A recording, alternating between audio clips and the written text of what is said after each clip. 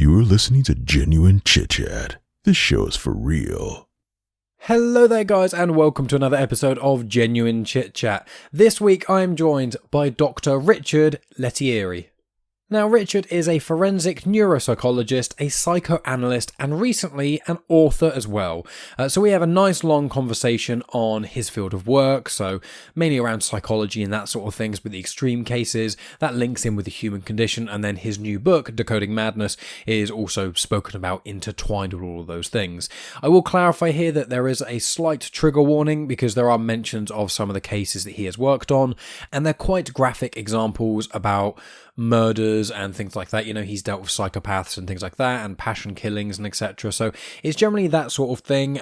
We talk about how he got into the field of work, some of his influences, how his psychoanalytical knowledge affects his everyday life, you know, all those sorts of things. And there's links in the description to his website, which is crimepsychologist.com, and then also his book that you can find pretty much anywhere that you desire. And so there's not really much else to add here, guys, so I'm just gonna let it run through. But if you're joining me for the first time, welcome. Please subscribe, share with your friends, and etc. And I will be back at the end to give a bit more information on what's coming on Genuine Chit-Chat over the next few weeks and that sort of thing as well. So make sure you stick around and always check the show notes because there's tons of information in there too. So without further ado, I give you Dr. Richard Lettieri. Welcome to Genuine Chit-Chat, where we have honest conversations with interesting people. And I'm your host, Mike Burton.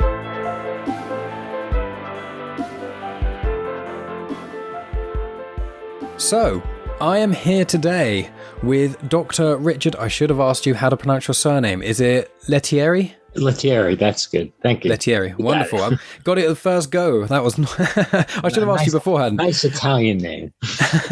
Well, my girlfriend is actually Italian. Interestingly enough, I mean, it doesn't mean I can speak much at all.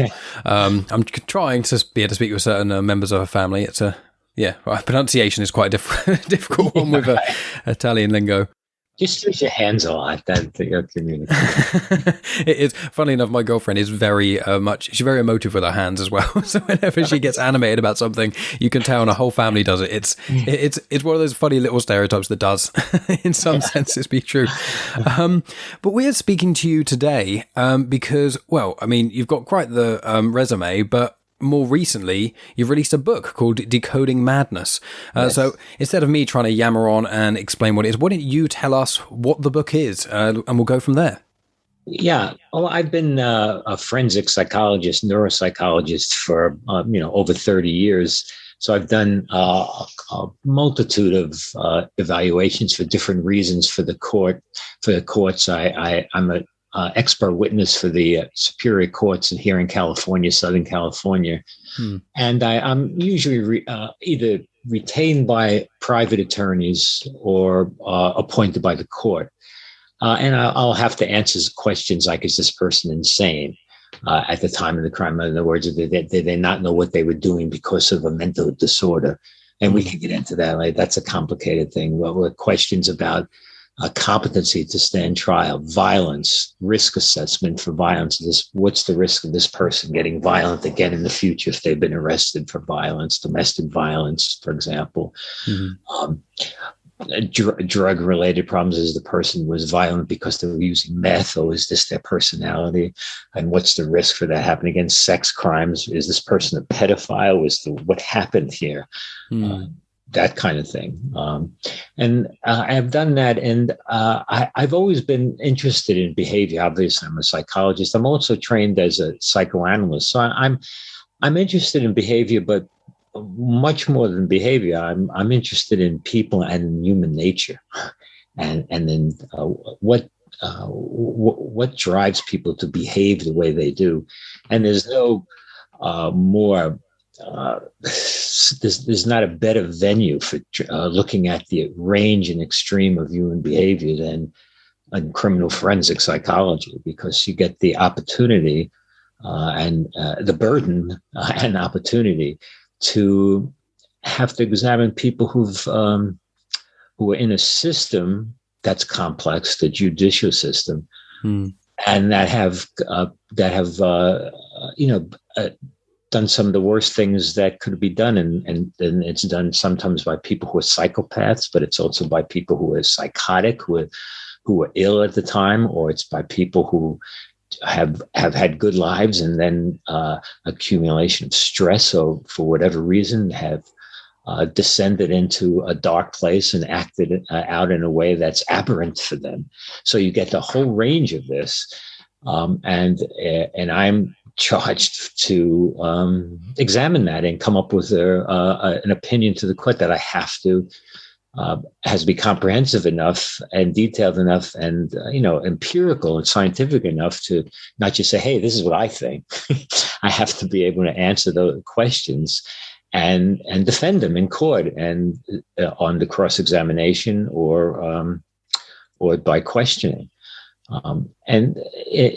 So to do this, I've developed an understanding of human nature that, and I thought I'd conceptualize in this book and write about a lot of the cases that I've dealt with that I think expose some of the conditions that we all live with internally, our emotional conditions that are reflective of our human nature. That under these cases, most of the times things have gone really wrong. But I think it does reveal something not just about only the defendants, but about all of us. Mm. And I use the term I use to describe this underlying human nature is the demonic. Now, I don't spell it as demon, like demons, as the devils. Mm. I spell it more in the Greek way, daimonic, in the way Plato used it, for example, which is to say that human nature is demonic when it's used in that way. It means that it's a force for either good or evil. I mean, Plato described, for example, eroticism as demonic.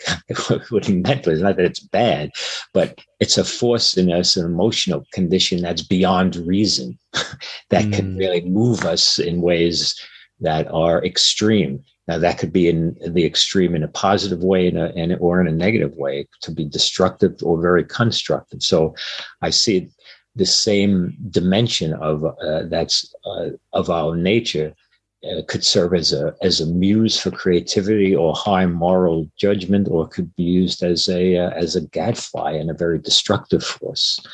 And and I see that when that has happened in a lot of the defendants I've had to evaluate, but it also, I can see it come out in more subtle ways in the whole judicial system. It's the same issue. It's the same issue. Sometimes the principles of this system are very lofty, and I'm really proud to work within it. And other times, it's operationalized and put into practice by people, and we're all imperfect. And I can see how sometimes the system works in destructive ways. So we can get into that too. So that's the whole basis of the book, looking at all these issues through various case studies. And I begin the first few chapters by describing this in a little more detail about human nature, and also about human development. So I set the sort of context for understanding some of the cases that are coming up. So I describe, and I try to do it in a very user-friendly way. And I use cases from my private practice of psychoanalytic patients and my forensic patients to describe human development and basically some of the early experience that we need to have in order to be able to sustain a sense of identity and a sense of self-control. And when you have these early experiences that are bad, or you have biologically predisposed vulnerabilities, either one or especially when those two go together, that you have a deprived and abused or for whatever reason inadequate early environment to help you grow emotionally, or you have certain temperamental, psychological, biological, psychobiological vulnerabilities, those can set you up for problems over the long haul. And in the case studies, I go into detail in people's lives and some of their emotional problems.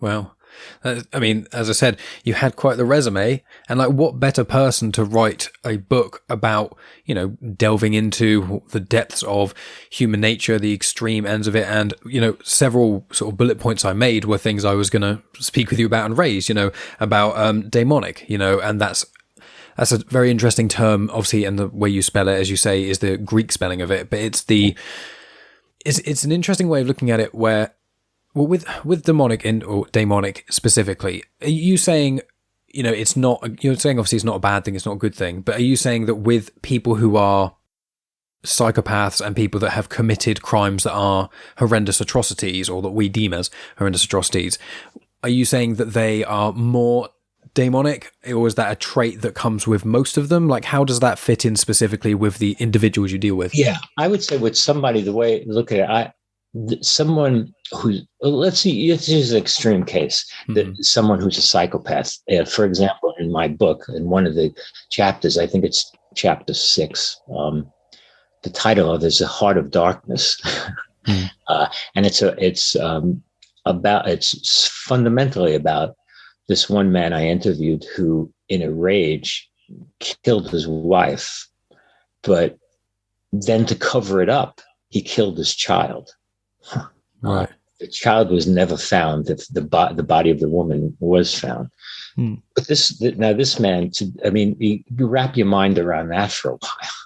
I mean, that's pretty extreme. And he was very glib with me when I talked about it. He denied it almost to the end until he had to come to a cop a plea. But the lawyer, when I told the lawyer after interviewing him for a few sessions, I said, no, this guy's a psychopath. A psychopath, by the way, is, I should define that. Psychopath is someone with no moral conscience, no scruples, someone who doesn't feel guilt, remorse, or empathy for anybody. He's very instrumental, self-serving, and could be very cruel, and he uses people for his or her own purposes. Most psychopaths tend to be males, and he was and that, you know, psychopathy is like every characteristic is kind of spectrum. This guy was on the extreme end of it, and he was on the extreme end of the dark side of the demonic. Now, when I talk about demonic, the demonic can also be a creative. Look, you probably are more of the creative type. I mean, you're doing this podcast, so you have a certain intensity. I'm guessing. That's part of a more of a creative side of your demonic nature. So what I'm talking about, it's the intensity. It's something that's beyond rationality. It's really drives us to, and what defines us soulfully of who we are. So to be demonic, I'm saying that's part of all of us. But sometimes it can go to the dark end of it, is where, like this guy Randall, this patient I evaluated, where he was came from an early, I interviewed his family, for example, and all this. Right from the early get-go, he was kind of a bully with kids. His father, there could be some biological element to this. His father was, had a criminal history. He wasn't raised with his father, didn't even know him. His mother had him when he was younger. So he, and then she remarried when he was about 10, and she took off with her husband. He was raised predominantly by his uncles and grandmother.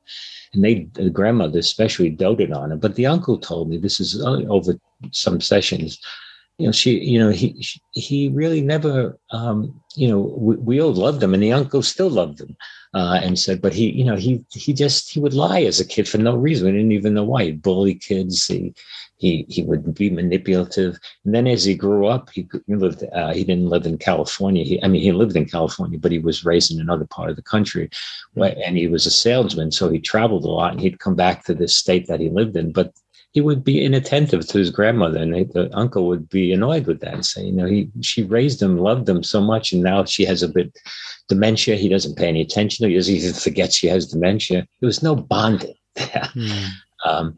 And the uncle said to me, he's a grifter, and I love him, and I'm on his side. That's the way the uncle described him. So that's a psychopath. Now, all people who who do these acts, these criminal acts, aren't psychopaths, and most of them in my book are not psychopaths. This happened for all kinds of reasons. For example, another man that I interviewed who actually strangled his wife to death. He was in his 60s, and again, it's a complicated case. But he was taking care of her for years. She was a raging alcoholic, and even his kids wouldn't go over the house anymore. And they told him, "Why don't you separate from him?" And he said he couldn't do it for religious reasons. He felt they had a bond together, and he made a commitment to her. But he over a course of about a long period of time, when he didn't get any sleep, because she would drink and be drunk all night, keep him up, then she'd sleep all day. He couldn't sleep during the day, so he had no sleep for a few weeks, and put up with her. And just before this happened, she was in a car accident because she took the car and she was drunk, and he had to get her to the hospital, and she spit in his face. I mean, it was like a whole scene. This is the family's telling me this too, his kids. So the night it happened, he just really snapped and strangled her. He couldn't believe he did it, and then was going to kill himself. And his daughter talked him down for it. So the attorney thought it might be insanity, like he was out of his mind when he did it. But I couldn't get there to be. We can talk about insanity in California, the standard. He didn't meet the standard for insanity, in my opinion. But he wasn't at all like this other man I told you about, the psychopath. This had no criminal history. Was actually devoted to his wife, but he kind of eroded to the point of this rage came out that he likely had and was suppressing for years, and killed her. So he was convicted of voluntary manslaughter. I don't know if that's if you know what that means. Yeah, in the UK, we have manslaughter. It's killing someone, but not necessarily intentionally doing it, but you are negligent. Your actions cause someone's death, but you didn't necessarily specifically. That would be involuntary. This is more serious. This is voluntary. I didn't say he didn't. He did it. He did it, and and I said he did it voluntarily, but he did it in a state of passion. It was a crime of passion. It was like an explosive moment. There was no premeditation. There was no early on intent to do it. But once it happened, he was in a passionate rage. But he was someone who was, the family gave me some of the diaries he had written over the years. And about a year before this, he wrote her a poem about how he would never leave her. And at the end of the poem, I titled the chapter on this based on this, what I found in his diary, which the last line of this poem was, "I love until I will stay with you," and then the last line was, "Till death do us part." I read that to him, and he looked at me and said, "I know." I said,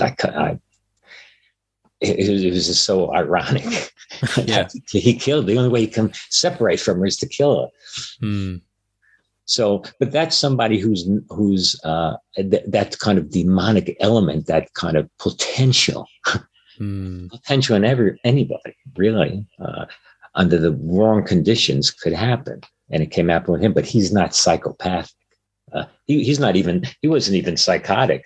He was in a rage that he lost control of himself.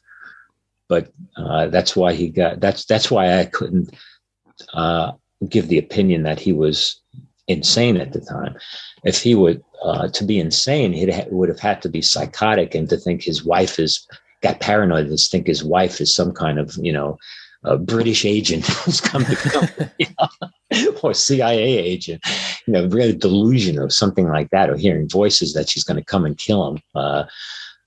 That would be different, but that wasn't the case with him. Wow. I mean, yeah, that's a very good explanation of sort of demonic and the differences in some of the individuals that you handle. And it must be something I've thought about before, is when individuals such as yourself, you have such a unique view into human nature. Like, obviously that's kind of the theme of what you've been discussing thus far, but people like myself who, I mean, I work in insurance, so the worst I see is like horrible car crashes or things like that. But like, excluding even things that are not even, seeing a car crash is not quite the same as having to look at case files and information and speaking with someone who has committed such heinous acts. And there's such a small portion of the population that not only see this sort of thing or hear about this sort of thing in depth, but also you're on maybe not exactly the front line, actually, so did you go to crime scenes and things, being part of the forensic element of this? Like, please speak to us about what the job of forensic neuropsychologist actually is compared to what a psychoanalyst is, please. Yeah. I know. I usually don't go to the scene. I mean, I might, I have occasionally, but usually what I do is review the crime scenes and go through all and listen to, especially in cases like this, murder cases. I'll look at all the crime scene photographs and I listen to the audio tapes because the police are usually recording it all, even at the scene, and if they're interviewing anybody at the scene. And I read the reports and read the transcripts and all the audios that they take of all the people they interview, and even talking to themselves, and even the 911 calls. I mean, I've listened to such horrendous 911 calls. I was doing a 911 call where literally the mother was pleading for help as this psychotic son was coming in and killed her. So, listen to all that. But I'm not, I do have some more empathy for first responders who go into the scene and have to witness this directly or witness the bodies. I mean, that is traumatic. I mean, it's traumatic for me at times. It takes time. That's what I was going to ask about. Yeah. Yeah. To just watch, to just listen to the videos or look, I have to look at the crime scenes, photos. It's horrendous. But the advantage I have over first responders and emotionally is that I get to, this is ironic, but I'll explain. I get to spend time with the defendant, the person who did it. Now, one might say, well, that makes it even harder, but it in a weird way, it humanizes the person. Because I see that,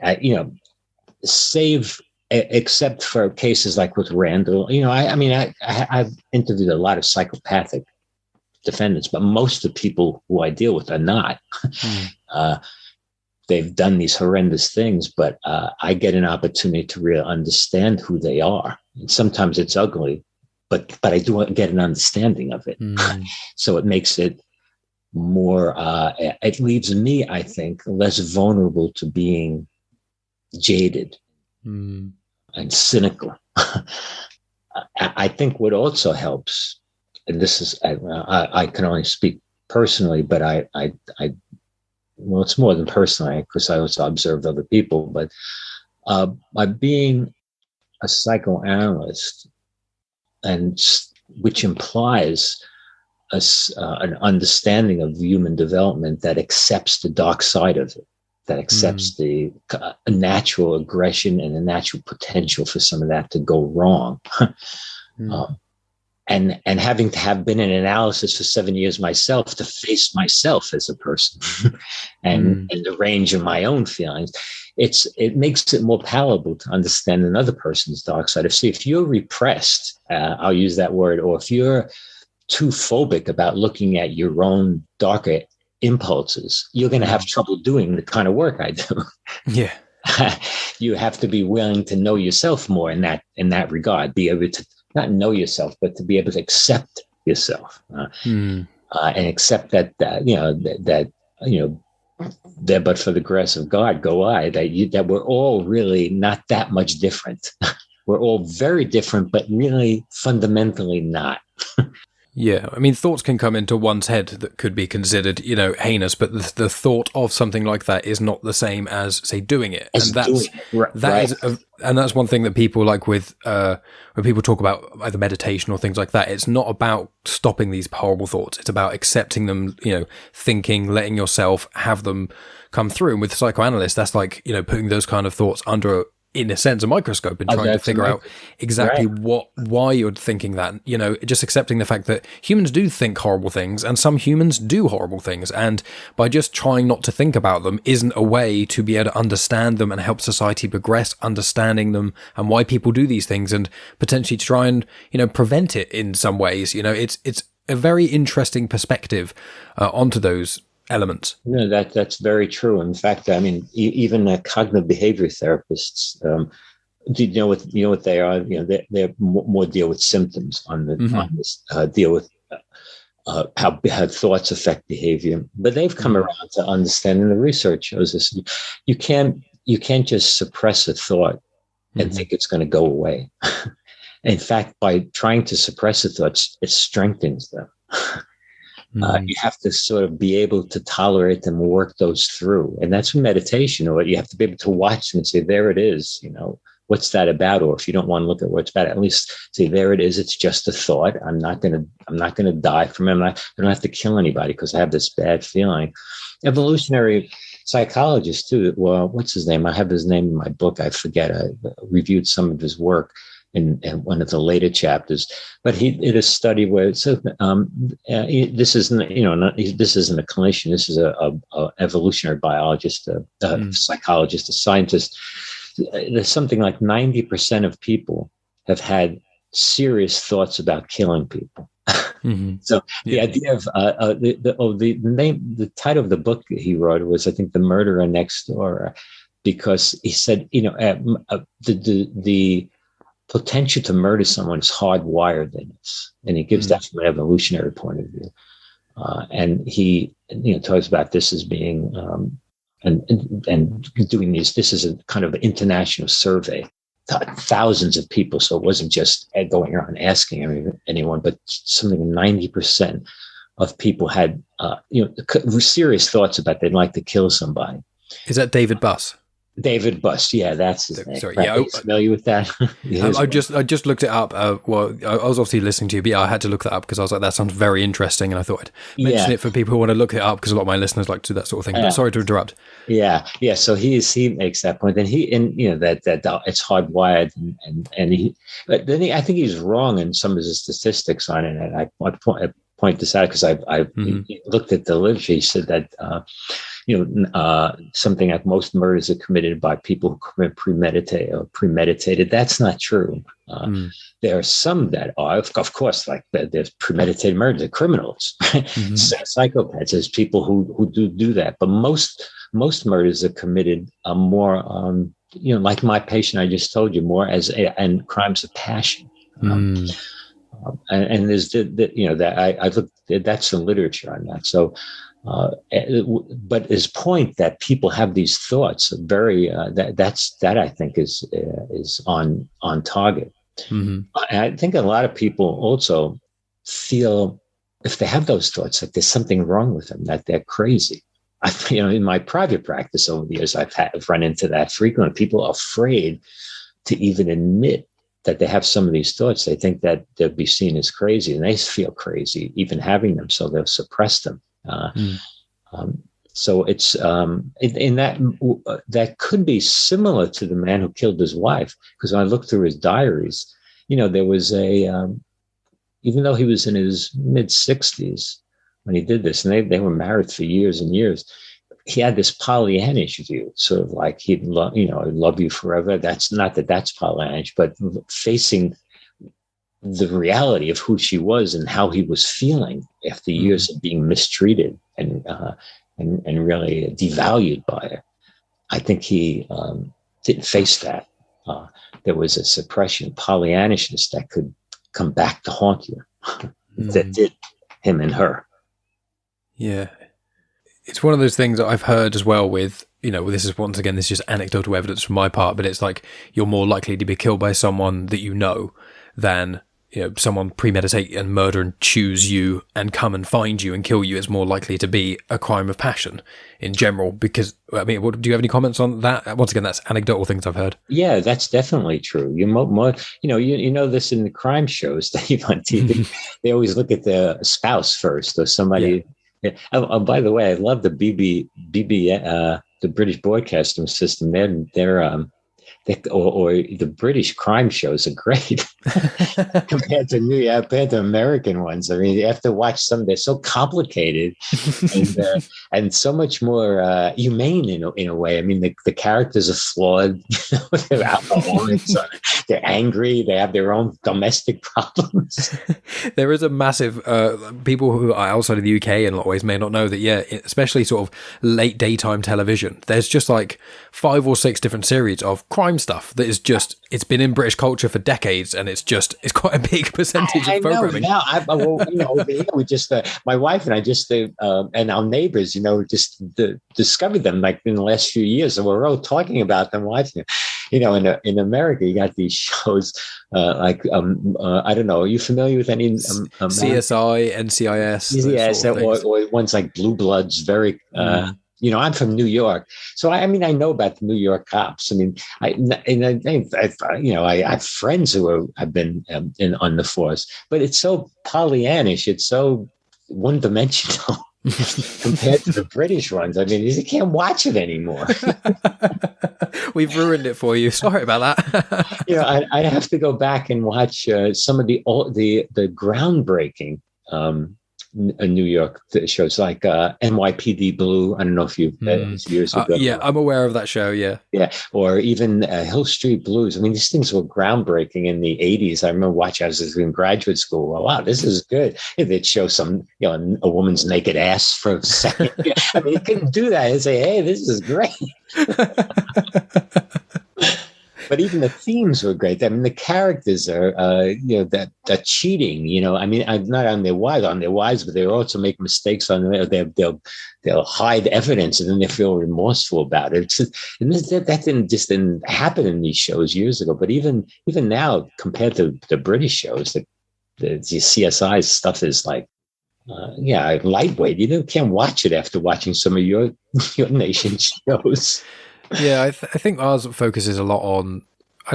I think it depends on who makes it and things, because some shows do focus a lot more on, say, the method and are very like trying to be as realistic as possible, and then you've got other things which are just so purely character focused that the plot may potentially suffer because of that. So there are a lot of like different reasons, I'd say, but it's interesting hearing from someone who knows the field so well and watching the TV version of it. Like, as I said, I was going to ask, that must be quite frustrating.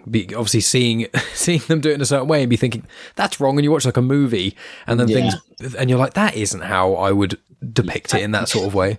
Well, what I always love is when I see the expert witness, testifying, and they're always so self-certain and haughty, and I'm thinking that ain't right. You go up there and you're being, you have this really intensive cross-examination. It's kind of it could get withering, but they're all up there and they're so articulate and self-assured. First of all, that's not really good to do for the jury. You want to be just more natural. If you act arrogant up there, the jury doesn't like that. So yeah, that's sort of what I focus when I say, hey, I don't know any experts like that.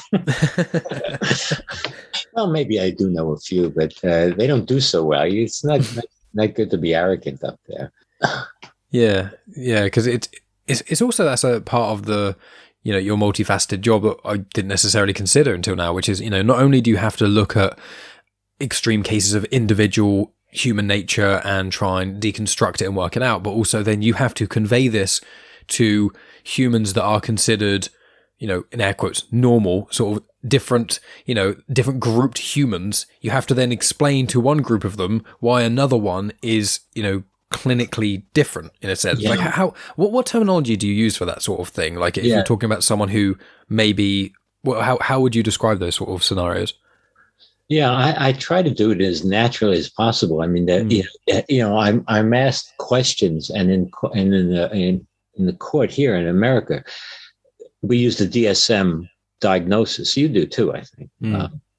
So we'll have to use those terms, but then I'll have to explain it, and it depends too on the lawyer who I'm going through this with.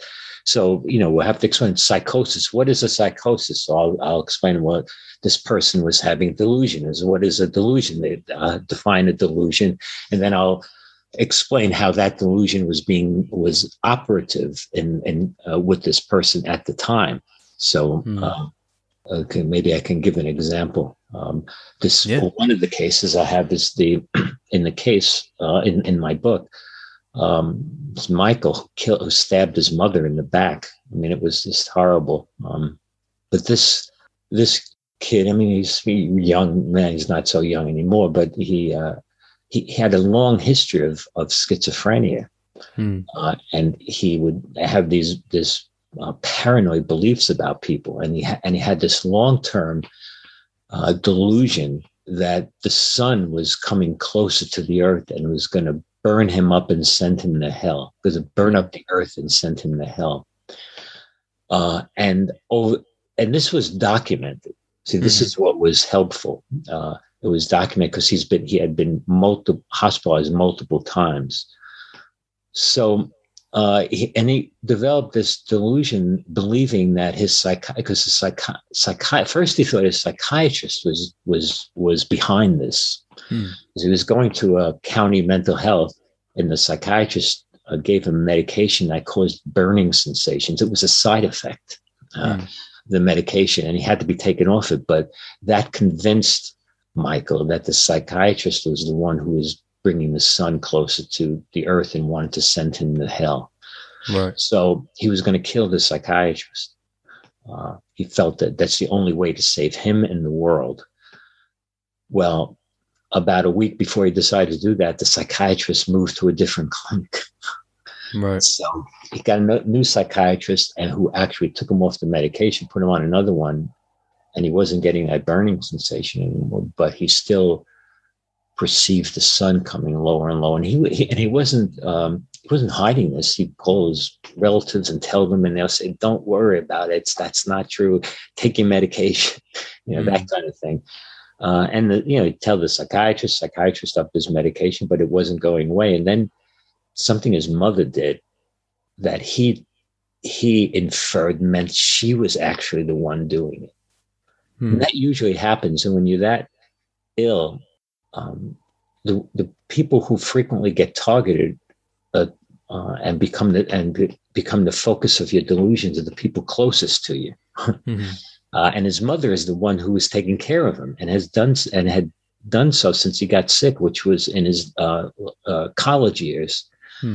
So she became the target of his delusion. And it was getting worse and worse. And the night before, he called one of his siblings and said, "Mommy's doing this to me." And he said that the sibling said, "What are you talking about? Mommy's a saint. Look what she does for you. What are you talking about? Get that out of your head." And he got off the phone, and the brother did, and called his mom, because he felt a little. I think he picked up the intensity of his brother's conviction. So he called his mother and said, "You all right, Michael? You think I'm just a little worried about it?" And she said, "He would never hurt me." And that's then the brother called him back and said, "Just remember, Mom's a saint." And that was the last time he talked to his brother before. And the next morning, the mother came out and she was walking to the kitchen, probably get her first cup of coffee, and she was talking to him as what they were going to do that day. And by then he had purchased a knife and had it under his shirt. And as she was walking to the kitchen, he ran to her and stabbed her in the back, killed her. And then realized that nothing changed in terms of the sun. Yeah. I said, "Oh my God." I've seen this before too. After an act, someone who's psychotic, they realize nothing's changed. If they think this person is going to do something to them or is affecting something in the environment, then they act. I've seen this in hospitals where a patient attacks another patient, and because he had this crazy thought, and then you realize, what? I still have this thought, and nothing's changed, and whatever he believed, and then he realized that what he did was, wrong. So this is what happened with Michael after he killed his mother. He said, "Oh my God, nothing. The sun's still coming down. What did I do?" And he called in another sibling, and they called the cops, and he was just waiting for the cops. So now this was somebody who met the standard for insanity. I mean, the standard is being, it's a kind of a two-pronged standard in the United States here. First, you have to have a mental disease or defect, a mental disorder. He's got schizophrenia, and it has to be operative at the time. And because of that acute psychosis, the person didn't know what they were doing was wrong. So, morally or legally. So he thought that if he killed his mother, he was going to save himself and the world. Yeah. So, so that meets the standard. And the jury found him insane. It's very difficult though to meet that standard. And with Michael, his delusions were very clear for everyone to see, as we talked about in the courtroom, and it was documented for a number of years. It's harder when this is getting back to your point before. How do you communicate this to the jury? It's harder to do that, not to communicate the extent of the symptoms, but for the jury to buy into it if there's not a long history of mental illness. Because then they wonder, is the person faking it, exaggerating? It's harder to get the point across. And in order to do that, I do a lot of psychological testing, and part of that is to make sure the person isn't faking. It's to rule out exaggerating symptoms. There's a very ingenious psychological test to do that.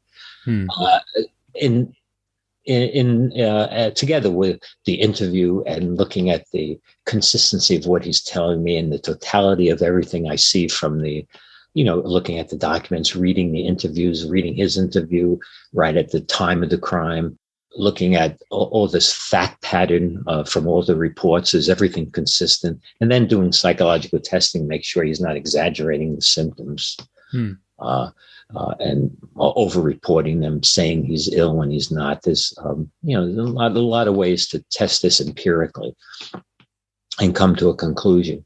So, I always do that. Even with Michael, I did that because someone could be psychotic, have a long psychotic illness, but at the time when they did it, they were not. I've got a case like that in my book too. Someone who was very psychotic, but I came to the conclusion, I couldn't say he was insane when he killed his brother. So it's, complicated. And each case is different. But in this case with Michael, he was found insane. And I think it made it a bit easier because he had there was a paper trail for years of him having psychosis and also having this delusion.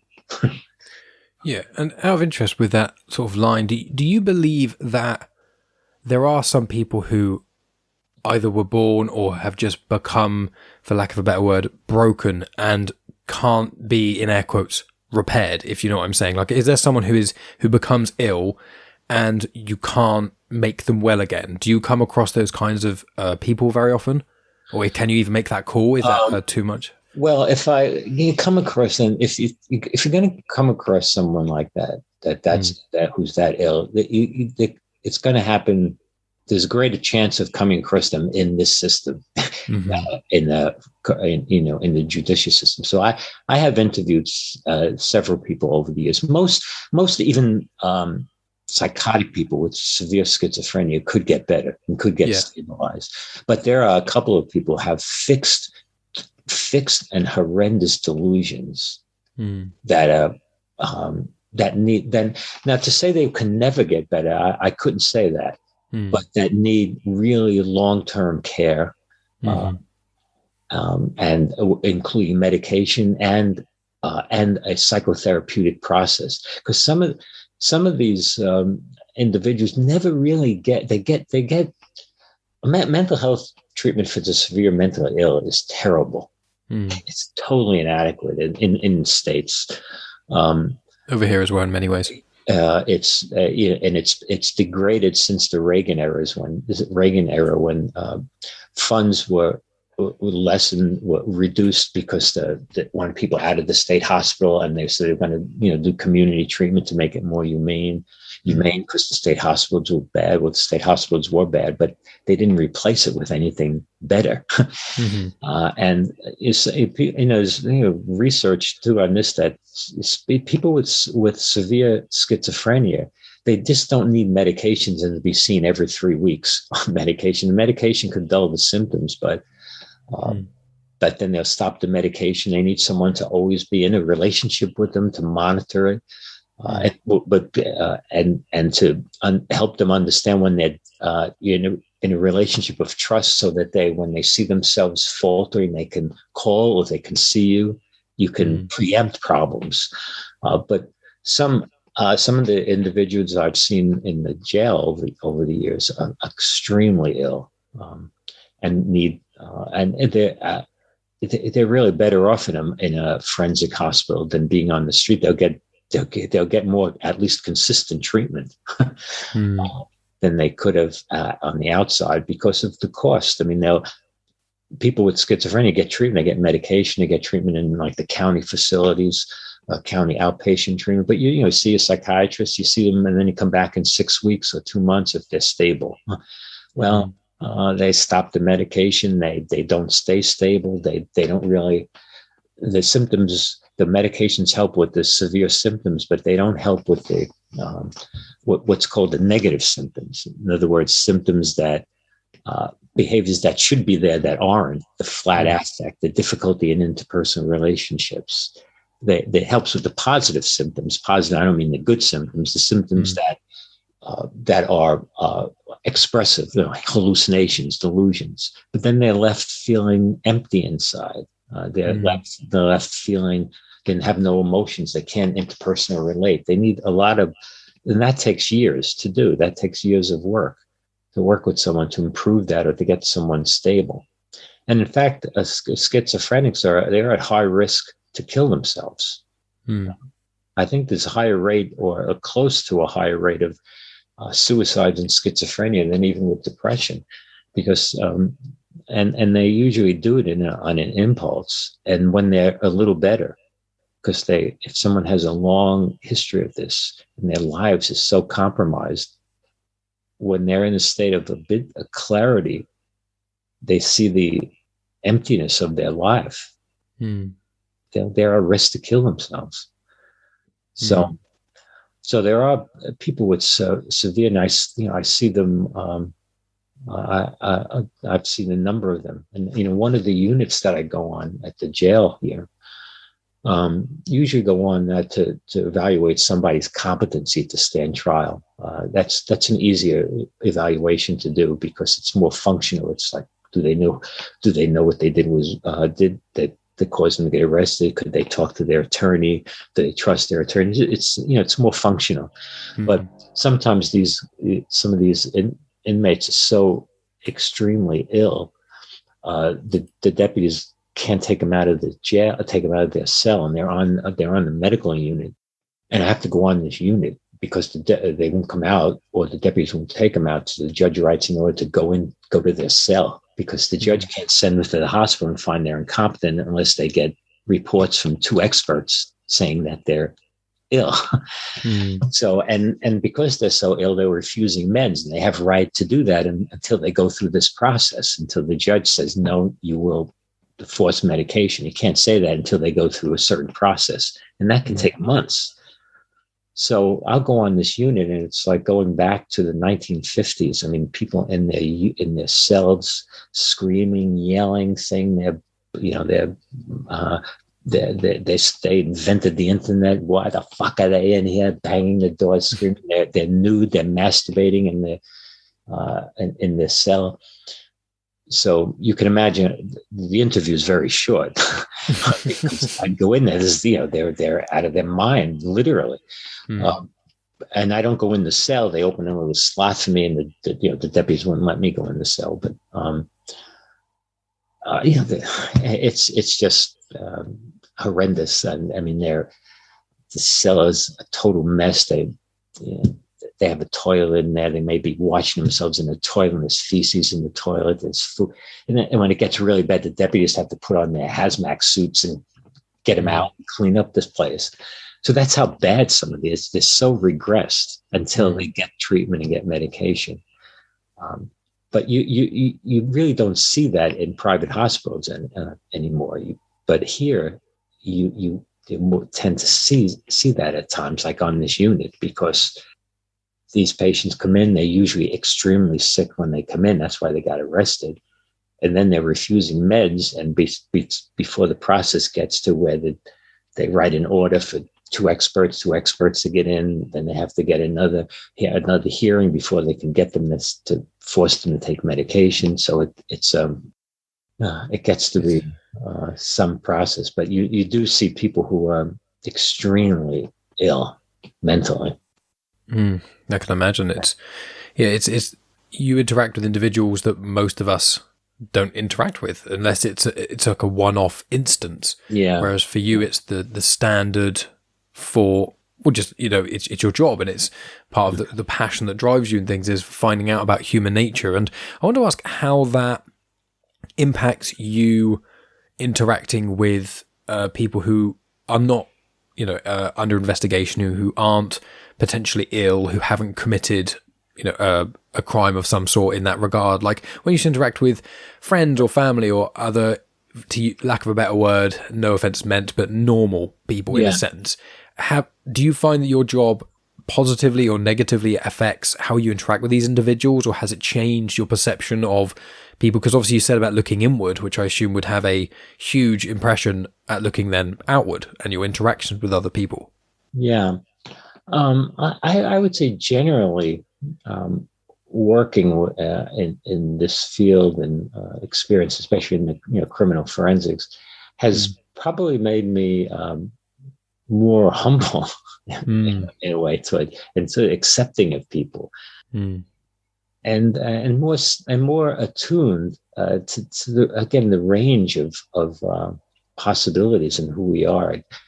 Again, I almost see people as not that different, but very different. I mean, for example, I have, when I do long-term psychoanalytic work, people come multiple times a week, and I'm sort of stopping some of this at this point in my career because I just want more time to do writing, more time to consolidate what I've been doing over these years. So, but it strikes me how even the patients I see in outpatient are generally people with depression, anxiety, but high functioning people.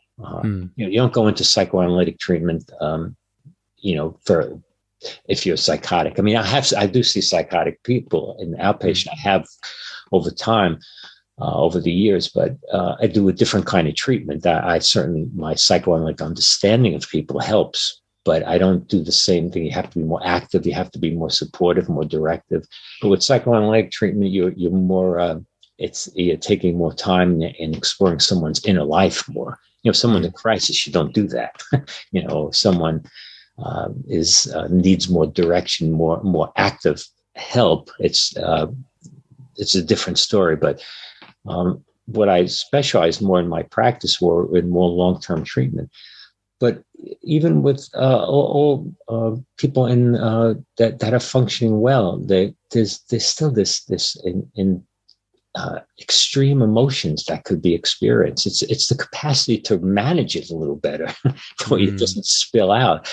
But the internal experience, the degree of rage, the tendency to be spiteful and rageful, comes out in more or less overtly or less completely destructive ways. But that's where I talk a lot about in the book of some early development that makes a big difference. And I focused on this capacity for mentalization. Are you familiar with that? Because you're from England, and really some of the most work on this has been done in England at the I went to college, which over there for you guys, I think it's just like late high school, and I do have an A-level in psychology. So I know bits and pieces. I know certain studies with Freud and Milgram and a variation of those sort of things. But how about mentalization? Peter Fonagy, does that ring a bell? He's at University College. I've heard mentalization. What was the second word again? Peter Ph.D. He's one of the leading analysts who's done a lot of research on this. He took off on some of the work done on attachment and developed along. This has been in the air in the psychology and philosophical air for years. But mentalization is the ability to understand that you basically your own thoughts, feelings, emotions, intentions, to understand that you have a unique mind and someone else has their own unique intentions and emotions. And it stems from a capacity that derives out of basically having a good enough early secure attachment. So somebody, your caretaker, was able to understand you as an infant and toddler. So you then, as you developed your own independent mind, you're able to understand your own mind because someone helped you do that. It's like if you're an infant and you're crying, you're not. That emotion at that point is a biological. It's not a psychological event. It's a biological. It's unpleasure, and you're screaming. So mom or dad has to figure out what's he crying about? Oh, let's feed him. He's still crying. Oh no, his butt is wet. We got to change it. The parents serve that function until the infant is able to start developing symbolic language to understand, which comes with language. After 1 to 2 years of life, so they start developing a mind, and the mind they can understand their own internal experience if it was mirrored adequately by others around them, and they weren't abused, they weren't neglected. So if you have that kind of attachment, that someone's been empathic to you and responsive to you, you then are more capable of doing that now to yourself and to others. Do you see what I mean? Is that and I think I do remember learning about something around that when it was. I think it's around the developmental stages, because I remember there just being so many approaches. I think it was like 72 studies over 2 years.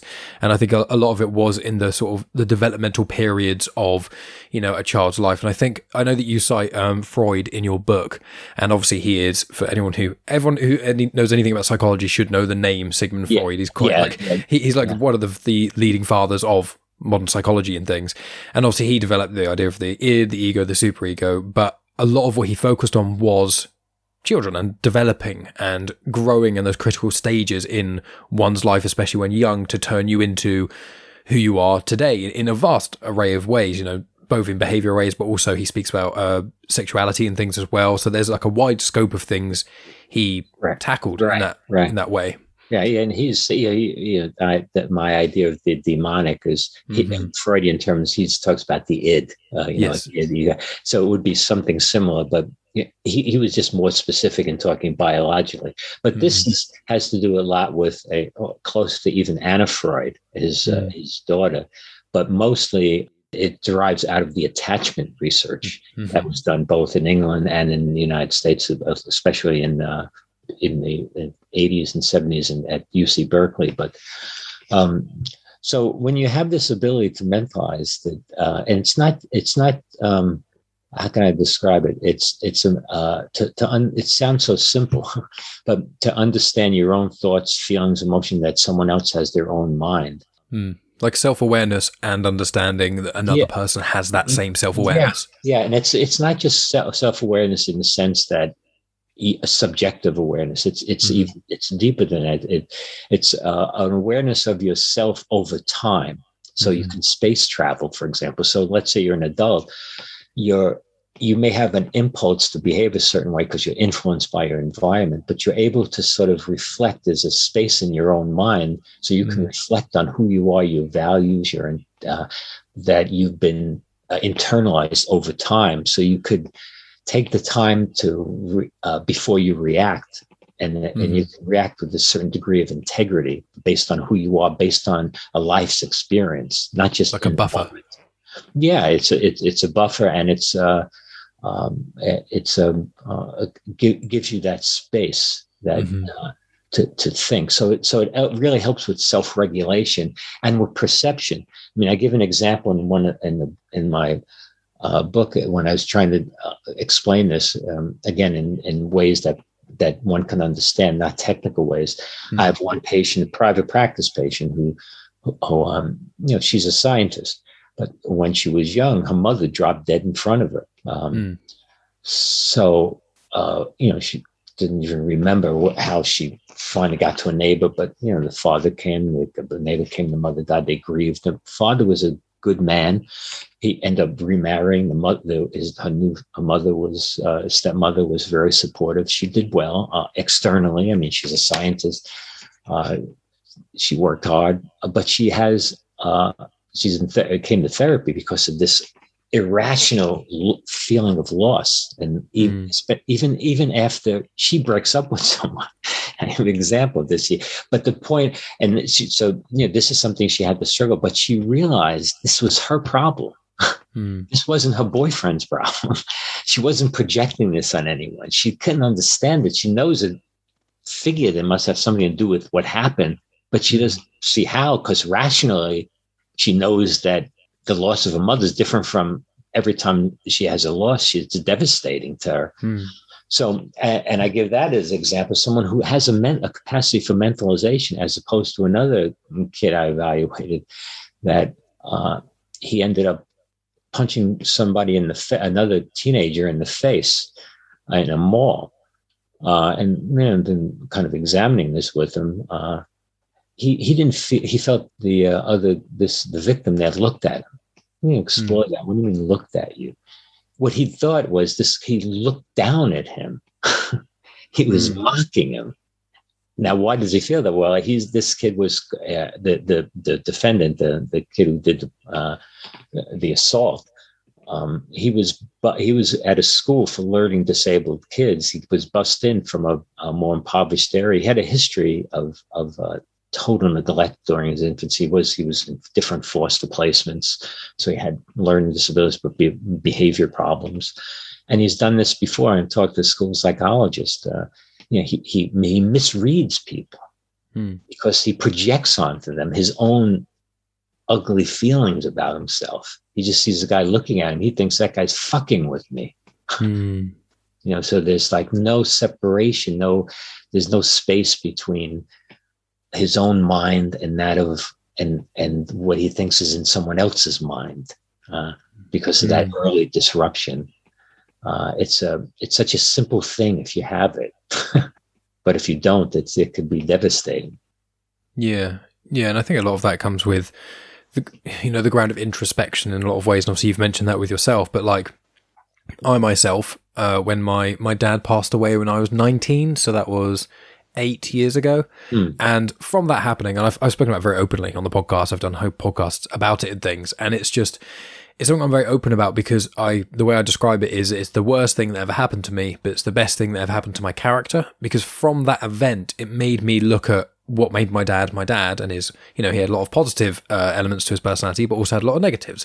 He was never abusive or anything. It's just, he could be a bit of a dick sometimes. Yeah. So it's like, examine those elements of him and examine and recognize when I do those kinds of things and try and take a step back and be like, okay, why was I doing this? Why was it when dad was doing it, he was doing it? And then why am I now doing it? Like the refusal to accept when I'm wrong, for example, which I've now make an effort, if I am wrong, to specifically make an effort and to say it and things, whereas dad would never do that and never apologize. And it's those sort of small things which as one grows as an individual, you have to kind of look at yourself and look at your potential faults and try and see how you can rectify them. But to know that, you have to kind of think, well, why was I acting this way? What's making me feel like I can't say that I'm wrong? And in that sort of realm, that's in a micro way, kind of what yourself are doing in the industry that you are. And the reason that I can look at myself and understand those elements is because of the industry you come from has explored heavily the human mind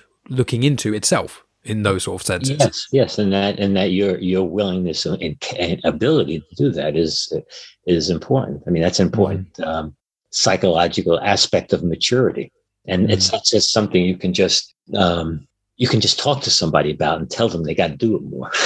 It's a whole process of a psychotherapeutic process to get to that, because it's if someone hasn't gotten that, it's trauma. It's a traumatic.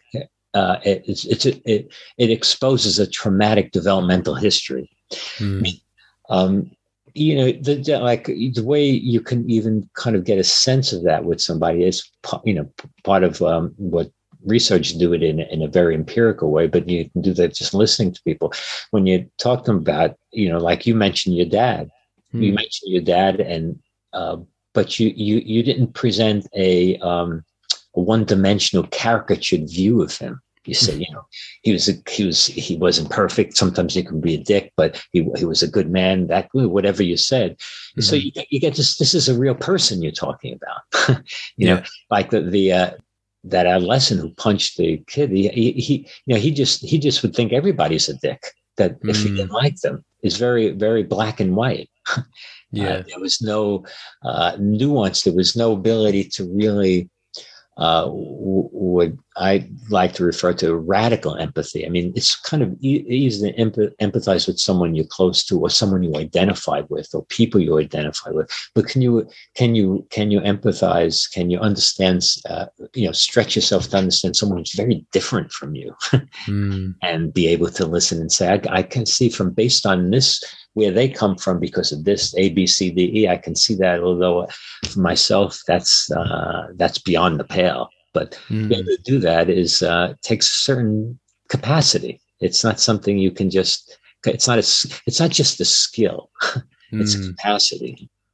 Yeah, and it's something one has to always work on, even with myself. Like, I want to clarify to any listeners, it wasn't, my dad passed away and then a week later I snapped my fingers and I'm how I am now. Like, it was a long process. Right, that's a process. Right. Years of dealing with it and looking back, and it was, as you get a certain distance away from me, it was from that event, I was acting in certain ways and I wasn't dealing with things in the way that I should have done. And then after years, I then look back and go, oh, why was that happening? And then over time, I've kind of realized where some of the behaviors lie. And I want to clarify to people, I didn't just wake up one day and suddenly know. It doesn't sounds like it's been, a process of work for you and self-scrutiny. Part of the reason why I did the podcast, to be able to talk to other individuals and, be a better conversationalist, because I can talk a lot. Well, you've done a good job. Yeah, I mean, this has been absolutely delightful. I really appreciate you speaking with us. And so just to clarify, I want to ask a couple small things before we finish up here. Your audiobook that's coming out, did you read that or is someone else reading it for you? I know an actor did it. I did the prologue. I just read the prologue. Thank God it was. I didn't want to punish everybody with me. It took me like an hour. I was so, you had to go in the studio and I don't know. I was just so uncomfortable doing it. And I kept reminding myself, look, I'm just reading the 3 pages I wrote. What's making it so hard? Reading it, and the producer that told me reading a book is it's an art. It takes some skill and time to be able to do it. And I saw that. I mean, what people can do is obviously after listening to this, they can do one of two things. Because in a few weeks of this being released, I'll make sure I include in the show notes that the audiobook will be available. So people can either check out the audiobook or they can pick up your book, either physically or digitally, and hear you. Because of this conversation, they'll hear your voice and they can hear you reading it out like that. So it's like a double whammy. So is there... I hope so. I mean, it's been delightful. It's been incredibly informative discussion, and I've loved speaking with you. I'll include links in the description to Decoding Madness, as well as your website and things. Is there, what are your sort of final words? Anything else you want to either direct people to or tell people? Anything you haven't yet said? The floor is yours, sir. No, I've kind of.